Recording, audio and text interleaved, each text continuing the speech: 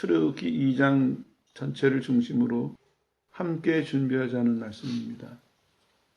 신앙을 이해할 때 사람들은 자꾸 즉흥적인 면만 봐요. 하나님께서 하시는 일이니까 믿는 순간 순간적으로 기적이 일어나거나 순간적으로 일이 해결되거나 이 즉흥적인 면만 보는데 틀린 건 아니지만 위험한 면은 있어요. 왜냐하면 우리는 이루어지는 그 순간을 보니까 이게 즉흥적인 일 같은데 실은 그 일이 쭉 준비되어 온 일이거든요. 이 사람들 출애굽하는 것 보더라도 출애굽께서 보면 출애굽 사건이 여기서 일어난 것이지만 이게 아브라함 약속서부터 내려온 거거든요. 430년 전서부터. 매사가 그렇습니다. 하나님이 하시는 일이라고 즉흥적이진 않아요. 오히려 하나님은 처음부터 끝까지 다 아시는 분이라서 우리가 반대로 생각을 해야 돼요. 하나님이 행하시는 일은 충분히 준비되고 충분히 갖추어진 상태에서 이루어진다. 이렇게 생각해야 되는데 우리 이제 자꾸 사건만 보니까 결과만 보니까 그 신앙을 기독교 신앙 혹은 기독교 신앙생활을 자꾸 즉흥적인 면으로 이해하려고 하거든요. 그게 이제 지난 100년간 우리가 겪으면서 회개해야 될 부분입니다. 신앙을 너무 즉흥적으로 생각을 했어요. 그러다가 보니까 하나님께 매달리는 그 순간 빼놓고 나머지는 또 안 믿는 사람으로 돌아가 버려요. 이게 문제가 되거든요. 내가 쭉 믿어와서 그 일이 성취되는 것을 봐야 되는데 그리고 성취된 다음에도 쭉 믿어온 사람답게 그 일을 따라 살아가야 되는데 우리 자꾸 순간적인 신자가 돼요. 기도하는 그 순간에, 예배드리는 그 순간에, 성경 보는 그 순간에. 그러니까 하나님께서 원하시는 그런 신앙이 안 되는 것이죠. 그런데 이제 나빠지는 건 그것만이 아니에요. 그런 습관이 나빠지죠. 또 하나는 감정만 들끓어요. 감정만. 그 사람들 모여서 보면 기도합시다 하면은 감정만 그 순간 들끓어요. 그게 아니거든요. 믿는 사람은 쭉 준비해 오다가 하나님 앞에 그 순간에 열매를 봐야 되는데 다시 말하면 너무 순간적이거나 너무 이기적인 신자가 돼서는 안 된다는 얘기입니다. 이런 점들을 이제 생각하면서 오늘 말씀을 드리려고 해요. 여기서도 보면은 함께 준비하자 이렇게 제목을 붙인 이유가 있어요. 언뜻 보면은 모세가 태어나는 사건인데 이 모세가 태어나는 사건을 하나만 보더라도 하나님이 여럿을 지금 준비시키고 계세요. 그건 하나하나 설명을 드릴게요. 그런 것을 보면서 다시 강조해서 말씀드리는 게 하나님의 사랑은 철저한 준비 속에서 갖추어집니다. 그리고 그것이 결국에는 우리한테 언약과 성취로 나타나게 되는 것이죠. 늘 기억해야 될 것이 뭐가 하나 주어졌다, 뭐가 하나 이루어졌다 할 때는 이것을 위해서 하나님이 미리 말씀하셨고 미리 준비하셨고 오늘 우리가 그 열매를 본다. 이렇게 이해하는 태도가 옳습니다. 여기서도 보니까 먼저 하나님이 준비를 생각할 수가 있어요. 좀 전에 말씀드렸던 것처럼 하나님은 이미 430년 전에 아브라함 때 이 후손이 외국에 가서 노예 생활할 것이고 그리고 해방을 얻을 것이고 다시 일로 돌아올 것이고 쭉 설명을 하셨습니다. 그러는 가운데 모세가 출생을 합니다. 근데 이게 참 놀라운 것이 아론이 3살 더 먹었거든요. 근데 아론 때는 박해를 그렇게 심하게까지는 하지 않았어요. 고된 일만 시켰지. 근데 모세 때쯤 오니까 왕이 더 마음이 조급해져가지고 남자애들은 죽여라. 아무리 고된 노동을 시켜도 이스라엘은 점점 늘어나거든요. 하나님 약속대로. 이 왕이 이제 불안이 가시지 않으니까 할 수 없다. 숫자를 줄여야 되겠다. 해가지고 이제 남자애를 죽이라 그러는데 그 3년 사이에 물론 자연적인 일로 볼 수도 있겠지만 신앙적인 눈으로 보면은 딱 그 시간에 하필이면 모세가 태어나는 그 시간에 왕이 명령을 내려요. 남자아이들은 죽여라. 무조건 죽여라. 그렇게 명령을 내립니다. 이게 이제 보면서 느끼는 것이 사단도 알고 방해를 해요. 하나님의 일이 이루어질 때쯤 보면은 알고 방해를 해요. 예수님 때도 마찬가지였죠. 예수님 출생하시니까 헤롯이 유아 살해 명령을 내리죠. 그리고 하나님은 예수님을 애굽으로 피난시키시고 이런 것처럼 하나님이 이루어질 때 하나님의 준비도 보지만 원수의 방해도 보고 많은 일이 주변에 한꺼번에 일어나요. 신앙이 있는 사람들은 그것까지도 볼 수 있어야 돼요. 하나님은 하나님이 일을 이루실 때 우리 마음속에 소망을 주신다든지 간절한 소원을 주신다든지 어떤 기대함을 주신다든지 믿음을 주신다든지 이렇게 우리를 준비시켜 가세요. 그러면 원수 마귀도 또 방해할 준비를 해요. 다시 말씀드리면 하나님의 준비를 봐도 우리는 힘을 얻을 수가 있고 원수가 공격하는 걸 보면서도 아, 이게 하나님의 일이기 때문에 이게 방해를 하는구나. 그러면 내가 더 잘해야 되겠다. 이렇게 우리가 더 힘을 얻을 수가 있거든요. 근데 이제 이걸 다 못 보는 사람은 하나님이 준비하시는 것도 못 보고 원수가 방해하는 것도 못 깨닫고 그러다 보면 어떤 결과가 오냐면 어려움이 오면은 실망하거나 주저앉아 버려요. 이게 이제 못 보는 사람들 얘기죠. 보는 사람들은 심지어는 사단의 방해마저도 나한테는 기회예요. 왜냐하면은 원수가 방해할 때 보면은 이게 하나님의 일이기 때문에 더 방해를 하는구나.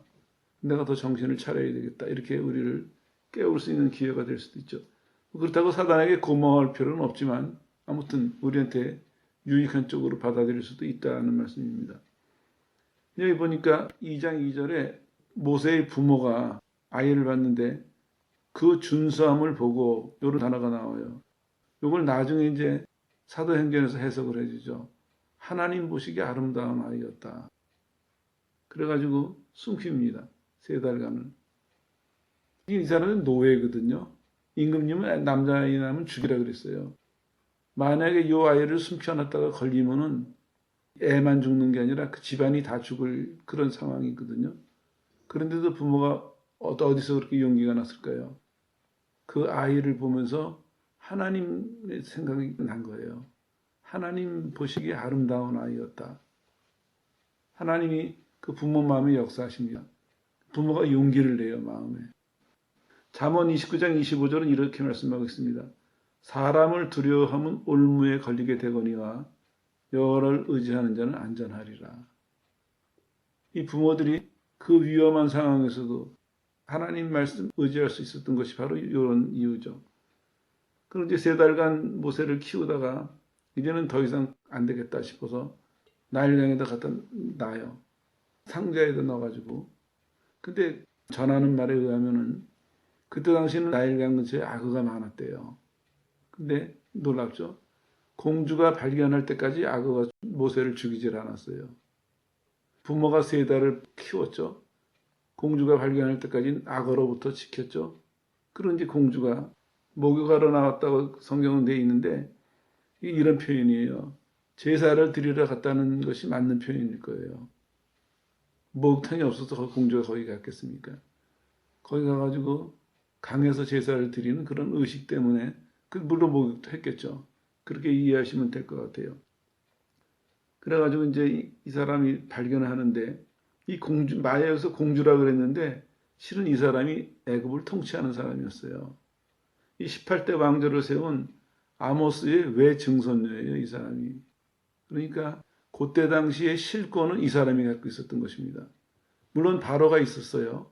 바로가 있었지만 계급으로 봤을 때 이 사람이 우리나라식으로 말하면 왕 집안의 제일 어른이었습니다. 하셉스트라고 전해지는데 이 사람이 우리나라식으로 말하면 왕의 엄마나 왕의 할머니나 족보가 그런 정도의 사람이었어요. 그러니까 히브리 나이를 양자로 들여도 왕도 거절을 못한 거예요. 왕이 지금 뭐라고 명령을 내리고 있습니까? 히브리 아이들을 다 죽이라 그랬거든요. 근데 공주가 히브리인 아이를 양자로 드리고 있어요.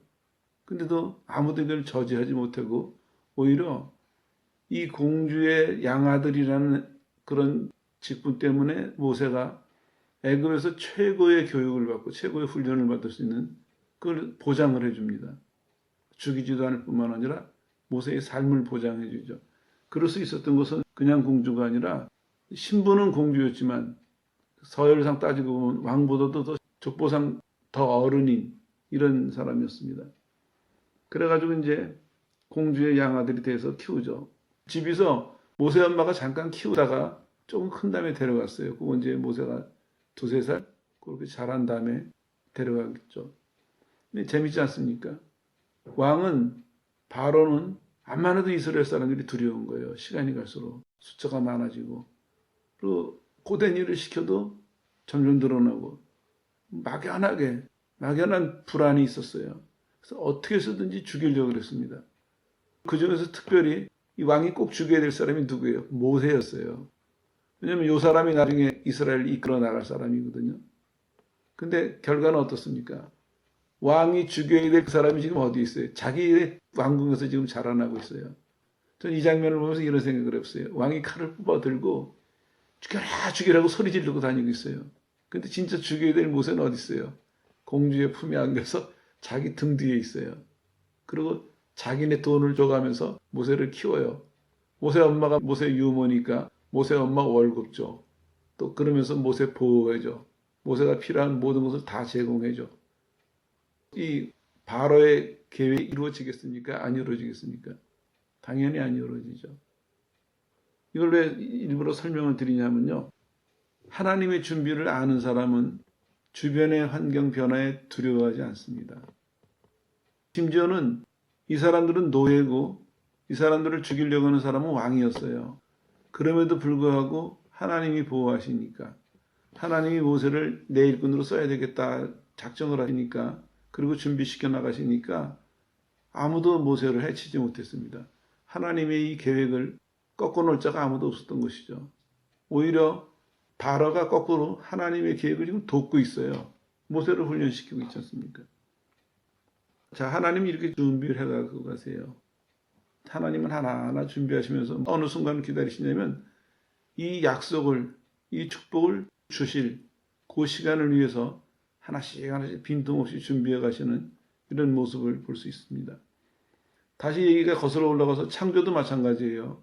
늘 감사하게 생각하는 게 하나님이 인간을 창조하실 때 다 준비하시고 인간을 창조하셨어요. 맨 마지막에. 왜냐하면 인간이 창조됐을 때 아무 불편함이 없도록 다 준비해 놓으시고 그 과정도 가만히 더듬어 보면은 정말 감사한 것이고 거기서 뭘 배울 수 있냐면 하나님에 대한 신뢰를 배울 수 있습니다. 아, 하나님은 이런 분이시구나. 하나님의 은혜가 이런 거구나. 하나님의 사랑이 이런 거구나. 그 얘기가 신약으로 다시 건너뛰어서 구원받은 사람에게 천국 가는 시간까지 어떤 기대가 생기냐면 우리의 이 신앙생활을 하나님이 이렇게 준비해 놓으시는구나. 하나님이 이렇게 인도하시겠구나. 이런 소망이 생기는 것이죠. 다 똑같은 모습입니다. 이제 한 가지 원리를 말씀드릴게요. 앞으로 성경을 그렇게 설명을 하려고 해요. 현재를 통해서 과거를 볼 수 있고 미래를 볼 수 있도록 이런 훈련을 하려고 해요. 이게 왜 필요하냐면 우리는 이걸 객관적인 얘기로 이해해서는 안 되거든요. 이건 사실이에요. 하나님이 역사 속에서 믿는 사람들, 안 믿는 사람 다 포함되지만 하나님이 역사 속에서 이루어진 사실이거든요. 근데 자꾸 사람들은 이거를 이론화시키고 있어요. 그렇게 해서는 은혜가 안 됩니다. 이거를 현실에서 이해하고 이것을 과거로 적용하고 미래에 기대할 수 있는 이런 태도로 이해해야 됩니다. 똑같아요.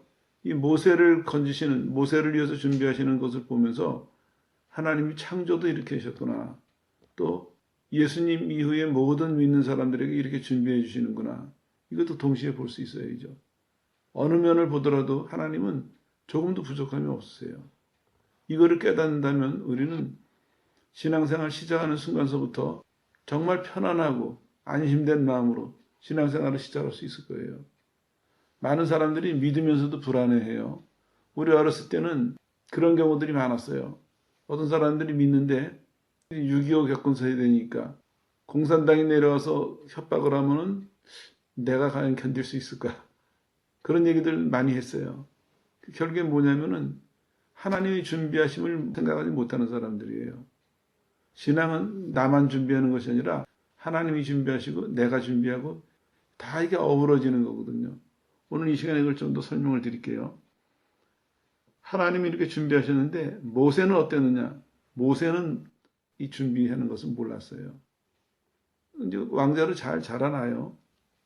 하나님의 계획에 따라서 안전하게 보호받고 최고의 시설에서 최고의 대우를 받으면서 잘 자라나요. 그랬는데 어떻게 됐냐면은 하나님의 준비를 몰랐어요. 다시 말씀드리면 하나님이 나를 준비시키시는구나 하는 거 이걸 몰랐어요.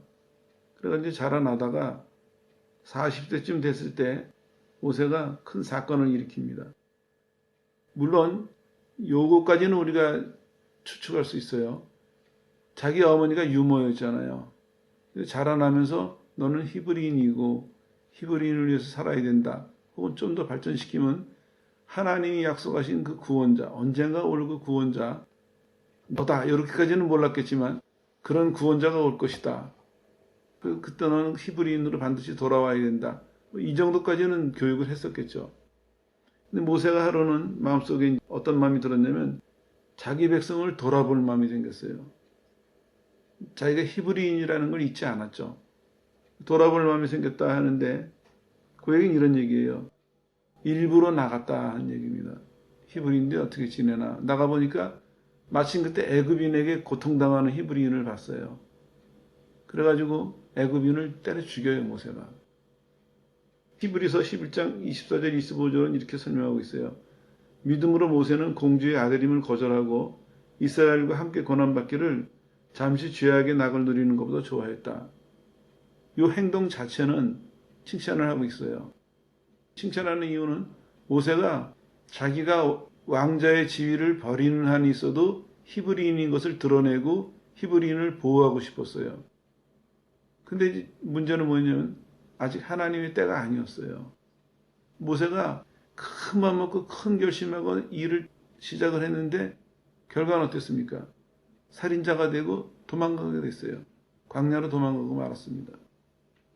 이걸 보면서 성경은 뭐라고 얘기하냐면은 모세는 준비가 안 됐다. 준비해야 되는 것은 몰랐다. 이렇게 성경은 말씀하고 있습니다. 세례요한은 어땠습니까? 세례요한도 정말 특이하게 출생한 사람이거든요. 태어나기 전서부터 성령의 역사가 있었고 태어나서 성장 과정이 성령 안에서 자라났어요. 그런데도 어떻게 했습니까? 빈들에서 기다렸어요. 준비하면서. 무슨 준비였냐면 하나님의 말씀이 그에게 임할 때를 기다렸습니다. 조건으로 본다면 세례요한만큼 성령 충만하고 밀접한 사람이 없었습니다. 예수님 빼놓고. 그랬는데 그런 세례요한마저도 하나님 뭘 준비시키셨어요? 하나님의 말씀이 임하시는 이제 시작하자 하는 그 순간을 위해서 계속 기다리고 준비시키셨습니다. 그때 세례요한이 우리가 추측해 보건대 하나님에게 이걸 훈련됐겠죠. 기다리는 훈련, 하나님의 명령을 듣는 훈련, 움직이는 훈련. 다시 말씀드리면 하나님에 의해서 사는 그런 준비를 쭉 해왔겠죠. 그래서 그는 충실하게 자기 사명을 감당할 수 있었거든요. 예수님도 마찬가지예요. 예수님은 세례요한보다 더해요. 하나님이시거든요. 그런데도 30세까지 기다리셨어요. 목수일 하시면서. 준비하신 거예요. 때를 기다리신 거예요. 똑같습니다. 하나님은 이렇게 준비를 시키시느라고 인도하시는데 이제 우리가 이걸 잘 이해해야 되죠. 사람들은 보통 신앙생활 하다 보면요. 어디서 자꾸 실수하냐면은 충동을 받아요. 에덴 동산에서 아담이 실수한 게 뭡니까? 너 하나님처럼 될 거다.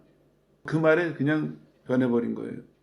그 전에 이제 단계가 있지만 결정적으로 돌아서게 만든 건 너 하나님처럼 될 거다 는 얘기거든요. 오늘날도 사단의 공격은 똑같아요. 네가 해야 돼. 너밖에 없어. 너 아니면 누가 해. 자꾸 부추겨요. 하나님 앞에서 준비되어 가는 사람, 준비를 해가는 사람은 아니야. 하나님이 시작을 알리실 거야. 하나님이 시작하실 거야. 이렇게 견딜 수가 있는데 준비가 안 된 사람들은 그래? 나 한번 해보지. 그래? 그럼 내가 하지. 충동을 받아서 자기가 일어나요. 스스로. 꼭 기억하십시오. 스스로 일어나가지고 이제 어떻게 되냐면 그 다음에 이제 이 사람이 착각에 빠지는 거예요. 왜냐하면 자기가 큰 결심을 했거든요. 순종하려고 크게 결단했거든요. 그리고 순종하려고 노력도 해요.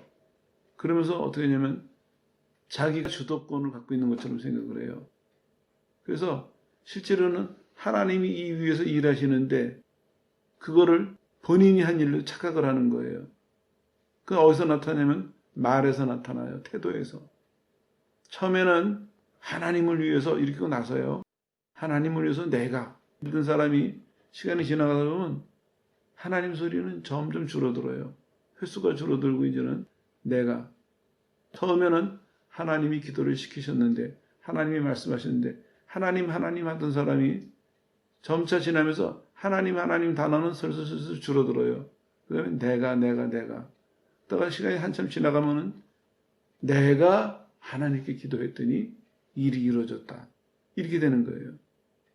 처음에는 하나님이 나를 기도시키시고 일을 하시더라. 이러던 사람이 하나님이 하시는 손은 안 보이는 거예요. 왜냐하면 대단한 결단했거든요. 열심히 충성하고 있거든요.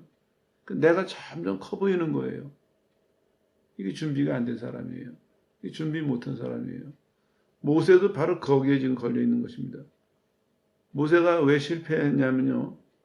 이 사건 자체로 보면 엄청난 결단을 했습니다. 모세가. 그랬는데 전체적으로 보자면은 지금 모세가 누구한테 쓰임을 받아야 됩니까? 하나님에게 쓰임을 받아야 되거든요. 근데 하나님에게 쓰임을 받으려면 이 일을 하나님이 시작하셔야죠. 하나님이 모세를 쓰셔야죠. 그럼 기다려야죠. 시간도 기다려야 되고 내용도 기다려야 되고 언제 어떻게 시작할 것인가 기다려야 됐거든요. 근데 모세는 자기가 나섰습니다. 자기가 하나님을 위해서 이스라엘을 사랑한다는 명목으로 결국엔 도망자가 됐습니다. 도망갈 수밖에 없었던 것이요. 지금 바로가 좀 전에 말씀드렸죠. 모세의 양엄마가 실권을 가진 사람이에요. 바로의 복이 모세는 늘 경쟁자였습니다. 위험한 인물이었어요. 근데 잘못했거든요. 얼마나 죽이려고 덤벼들었겠습니까? 모세를 이 시간에 제거한다면은 그다음에 자기가 거치는 자가 없을 거거든요. 혹독하게 모세가 도망가 버립니다. 그리고 성경은 우리에게 이 사건을 이렇게 설명하고 있습니다. 뭔가 행동하기 전에 먼저 자신을 드려라. 성경이 말씀하고 있죠. 순종이 제사보다 낫다. 이게 준비예요. 모세가 하나님에게 선택을 받았어요. 하나님이 놀라운 섭리 속에서 자라나고 있어요. 근데 결국엔 어떻게 마무리를 해야 됩니까? 하나님에게 쓰여져야 돼요.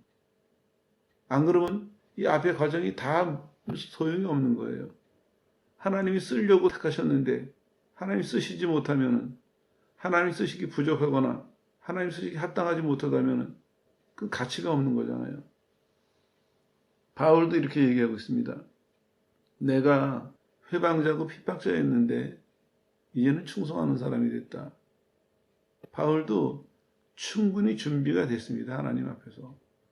사람들은 바울의 학식이나 이런 걸 저기 했는데 그게 아니에요. 바울이 다메섹에서 예수님 만난 다음에 약 13년 지난 다음에 나서기 시작을 해요. 고향에 가서 있으면서. 그게 준비예요. 뭘 준비했겠습니까? 다 알아요, 그 사람. 율법은 아마 바울을 당해낼 사람 없을 거예요, 지식은. 근데 뭐가 필요했습니까? 하나님이 종이 되려면 하나님의 명령을 듣고 순종하는데 익숙해지기 위해서, 그걸 바르게 하기 위해서 이 준비가 바울에게 필요했던 것입니다. 바울은 마음을 준비하게 됐던 것이죠. 하나님이 말씀하시는 대로 언제든지 하나님이 말씀하신 그대로 그거를 훈련하기 위해서 하나님은 바울을 긴 시간 준비시키세요. 사람의 눈으로 보기에는 그 사람의 학식이나 경력이나 부족할 게 없었습니다. 근데 하나님 쓰시기에는 아무것도 준비가 안 된 사람이었습니다. 그래서 하나님 손에 길들여지는, 표현이 좀 그렇지만 하나님 손에 익숙한, 하나님의 인도하심에 익숙한 그런 사람으로 준비가 필요했던 것이죠. 모세도 보면요. 모세가 이 필요했던 또 하나 이유가 뭐냐면 모세가 지금 데려가야 될 이스라엘이 어떤 사람입니까? 하나님 인도하심에 영 서툰 사람들이거든요.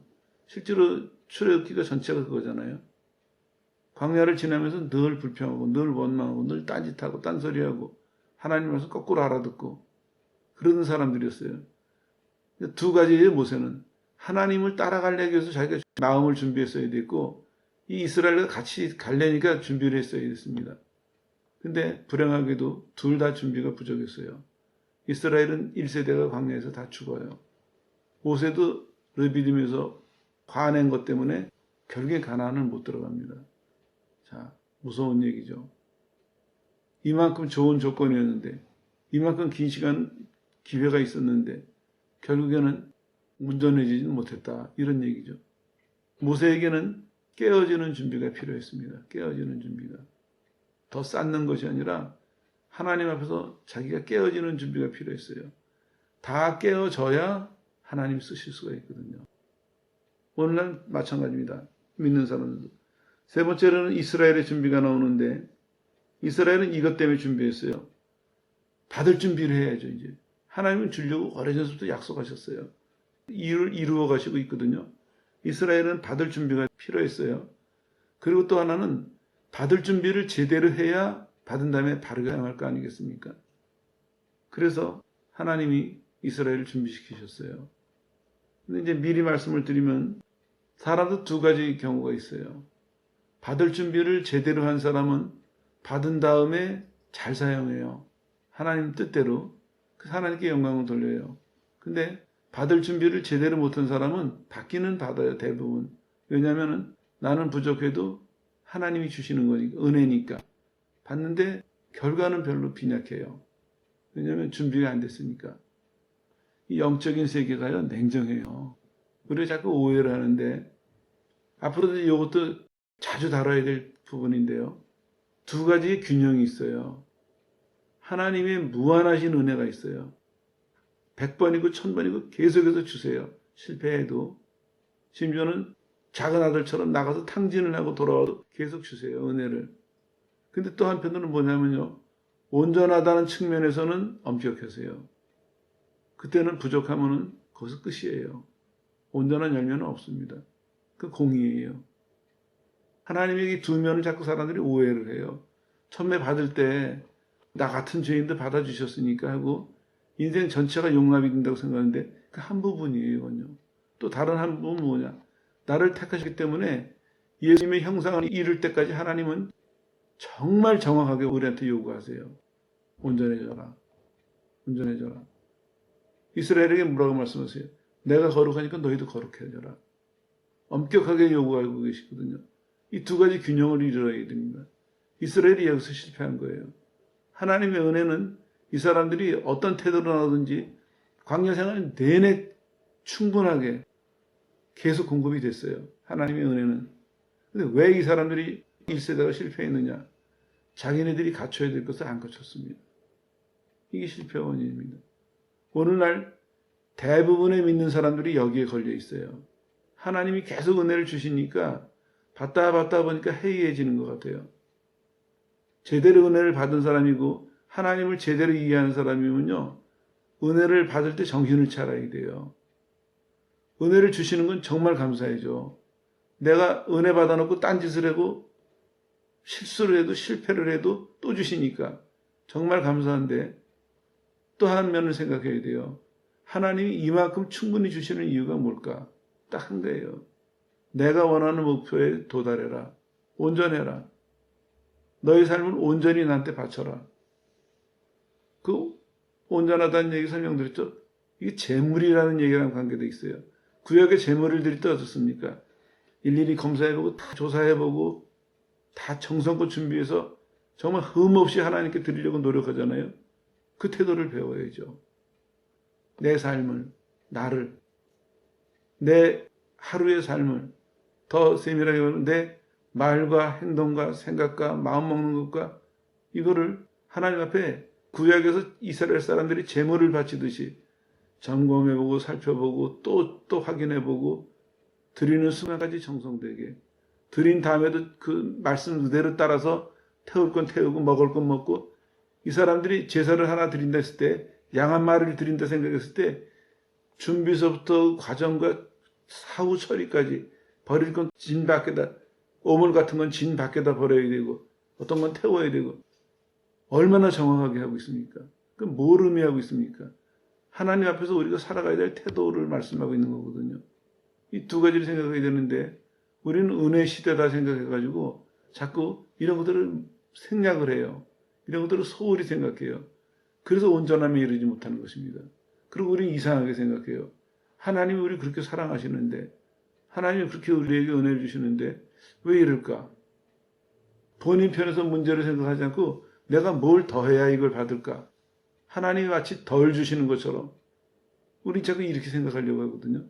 거꾸로 생각해야 됩니다. 그래서 이제 이스라엘에게 준비를 시키시는데 통곡을 합니다. 이 사람들이. 이유는 이렇죠. 육체노동이 너무 고되니까 이제 한계에 도달했어요. 하나님 우리 좀 살려주십시오. 부르짖어요. 큰 소리로 아주 통곡했다. 부르짖었다. 이런 의미예요. 그러면서 이 부르짖는 가운데 뭘 이 사람들이 깨닫냐면은 하나님의 약속을 기억하는 거예요. 물론 이스라엘에게는 대대로 내려왔을 거예요. 전해져서 아브라함에게 신 약속이. 근데 알고는 있었지만 그 약속이 희미했었는데 이제 너무너무 고되니까 더 견딜 수가 없으니까 하나님을 기억하게 되고 하나님을 찾게 되다 보니까 마음속에 묻혀 있었던 약속이 불같이 일어나기 시작을 했습니다. 때가 되니까 하나님이 역사하시는 효과죠. 우리도 마찬가지입니다. 하나님이 은혜 주실 때 우리 속에 있는 그 약속을 하나님의 계획을 불같이 일으키세요. 그때 우리가 그걸 붙들고 일어나는 사람은 전심이 되는 것이죠. 하나님에게 이제 전심으로 구하게 되고 전심으로 찾아가게 됩니다. 보면서 이런 생각이 들어요. 죄에 매여 살던 사람들이 아니면 죄에 눌려 살던 사람들이 바뀌려면은 이 정도의 변화는 있어야 되는 건가 싶어요. 이제 이 말이 이제 여러분에게 용기가 돼야 될 텐데 신망을 드리면 안 되는데 은혜는 그래요. 냉정한 거라 그랬죠. 맞아요. 그걸 냉정한 면도 잊어버려서는 안 돼요.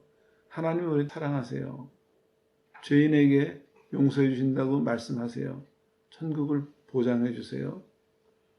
얼마든지 다 모든 걸 약속을 하세요. 베풀어 주시고.